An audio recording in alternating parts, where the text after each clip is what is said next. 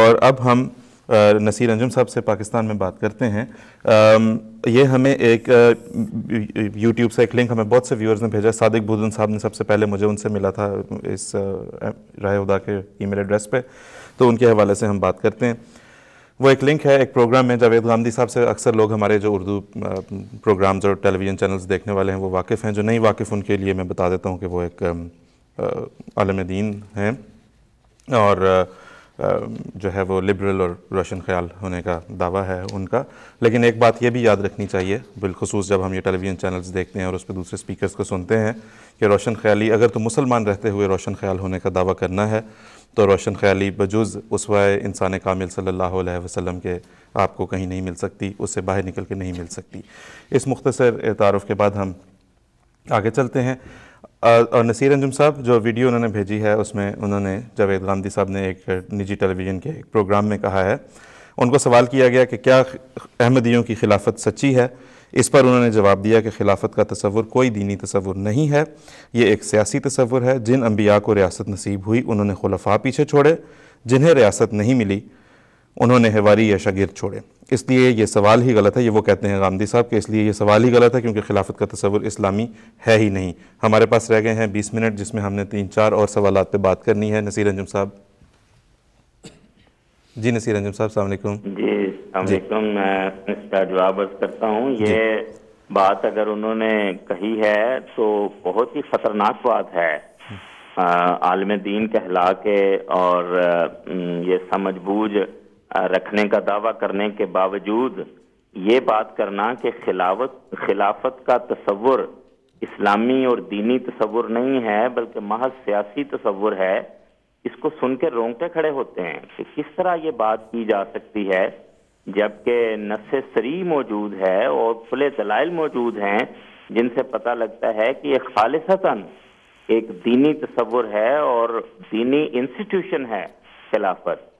تو مجھے لگتا یہ ہے کہ قرآن مجید میں یہ وعدہ مومنوں سے کیا گیا ہے اور اعمال صالحہ رکھنے والوں سے کیا گیا ہے، تو کیونکہ جماعت احمدیہ کے علاوہ جو مسلمان فرقے ہیں ان میں یہ کوششیں بھی ہوئیں، تحریکیں بھی چلیں، لیکن چونکہ یہ خدا تعالیٰ کا کام ہے اس لیے خلافت ان میں قائم نہیں ہو سکی۔ ان کے نزدیک ویسے تو اللہ تعالیٰ نے جو خلافت جاری کرنی تھی وہ تو جاری و ساری ہے، تو وہ دراصل یہ مایوسی کا شکار ہے، اور یہ اس مایوسی کی آواز ہے جو اب انکار میں بدل رہی ہے کہ خلافت کی ضرورت ہی نہیں ہے، خلافت دینی تصور ہی نہیں ہے۔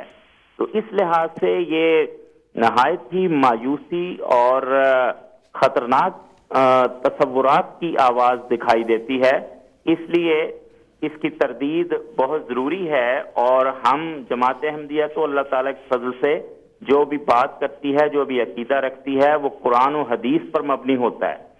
تو دیکھیں قرآن مجید میں سورہ نور میں آیت نمبر 56 ہے جو آیت استخلاف کے نام سے ہی معروف ہے، اس میں خلافت کا وعدہ دیا گیا ہے۔ میں وہ پڑھتا ہوں، اعوذ باللہ من الشیطان الرجیم، وعد اللہ الذین آمنوا منکم وعملوا الصالحات لیستخلفنہم فی الارض کما استخلف الذین من قبلہم ولیمکنن لہم دینہم الذی ارتضی لہم ولیبدلنہم من بعد خوفہم امنا یعبدوننی لا یشرکون بی شیئا ومن کفر بعد ذلک فاولئک هم الفاسقون۔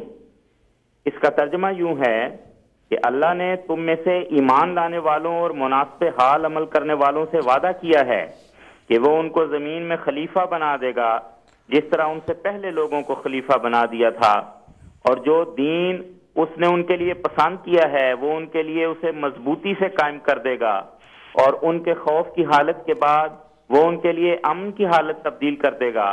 وہ میری عبادت کریں گے اور کسی چیز کو میرا شریک نہیں بنائیں گے، اور جو لوگ اس کے بعد بھی انکار کریں گے وہ نافرمانوں میں سے قرار دیے جائیں گے۔ تو یہ جو خلافت کا وعدہ ہے، آیت کے شروع میں فرمایا کہ اللہ نے مومنوں اور مناسب حال عمل کرنے والوں کے ساتھ وعدہ کیا ہے، جو نیک لوگ اور مومن ہیں ان کے ساتھ وعدہ کیا ہے۔ تو اب اسی سے پتہ چل جاتا ہے کہ یہ کسی دینی انسٹیٹیوشن کی، کسی دینی ادارے کی، کسی مذہبی ادارے کی بات ہو رہی ہے جو خالصتاً مومنوں اور صالح عمل کرنے والے مومنوں کے ساتھ وعدہ کیا جا رہا ہے. جی بالکل. اچھا پھر اللہ تعالیٰ فرماتا ہے کہ لَيَسْتَخْلِفَنَّهُمْ، خدا ان کو خلیفہ بنائے گا. تو خلیفہ بنانے کا جو فعل ہے وہ خدا نے اپنی طرف منسوب کیا ہے اور پوری تاکید کے ساتھ کیا ہے. اس میں لام تاکید بھی آتا ہے اور نون ثقیلہ بھی آتا ہے، یعنی پوری طرح شد و مت کے ساتھ اللہ تعالیٰ کہتا ہے کہ میں ہی ہوں جو خلیفہ بناؤں گا. اچھا اس کے بعد جو خلافت کے کام بتائے گئے ہیں کہ خلافت کے نتیجے میں کیا ہوگا، وہ کام خالصتاً دینی کام ہے. فرمایا کہ ان کے دین کو مضبوطی ملے گی. سیاست کو مضبوطی کا کوئی ذکر نہیں ہے کہ یہ سیاسی ادارہ ہے اور سیاسی مضبوط ہوگی. فرمایا یمکنن لہم دینہم الذی ارتضی لہم، اور پھر فرمایا کہ ان کے خوف امن سے بدلیں گے. اور فرمایا یعبدوننی لا یشرکون بی شیئا، وہ میری عبادت کرنے والے بن جائیں گے اور شرک کی بیخکنی کر دی جائے گی. بتائیے اگر یہ دین نہیں ہے تو پھر اور کیا دین ہے؟ توحید کا ڈنکا بجے گا، شرک کی مناہی ہوگی اس خلافت کے ذریعے، اور وہ عالم دین کہلانے والے کہہ رہے ہیں کہ یہ دینی تصور ہی نہیں ہے اور اسلامی تصور ہی نہیں ہے. اچھا پھر اس کے بعد کی جو آیت ہے اس میں بھی فرمایا، اس سے ویری نیکسٹ ورس جو ہے وَأَقِيمُوا الصَّلَاةَ وَآتُوا الزَّكَاةَ وَأَطِيعُوا الرَّسُولَ لَعَلَّكُمْ تُرْحَمُونَ. اے لوگو اس خلافت کے انعام حاصل کرنے کے لیے نمازیں پڑھو اور زکوٰۃ دو اور رسول خدا کی اطاعت کرو تاکہ تم پہ رحم کیا جائے. تو یہ دینی تصورات کو واضح طور پر بیان کیا گیا کہ خلافت کے ذریعے جو نبوت کا چراغ روشن ہوتا ہے وہ آگے پھیلے گا، اور نور نبوت کے لیے ریفلیکٹر کا کام خلافت کرتی ہے اور اسی نور نبوت کو آگے پھیلاتی ہے. اور یہ کہنا کہ یہ دینی تصور ہی نہیں ہے، یہ بالکل قرآن کریم اس کی حمایت نہیں کرتا. اب حدیث کی طرف آئیں. حدیث شریف میں بھی بڑے واضح طور پر بیان کیا گیا. مثلا میں ایک حدیث پڑھتا ہوں.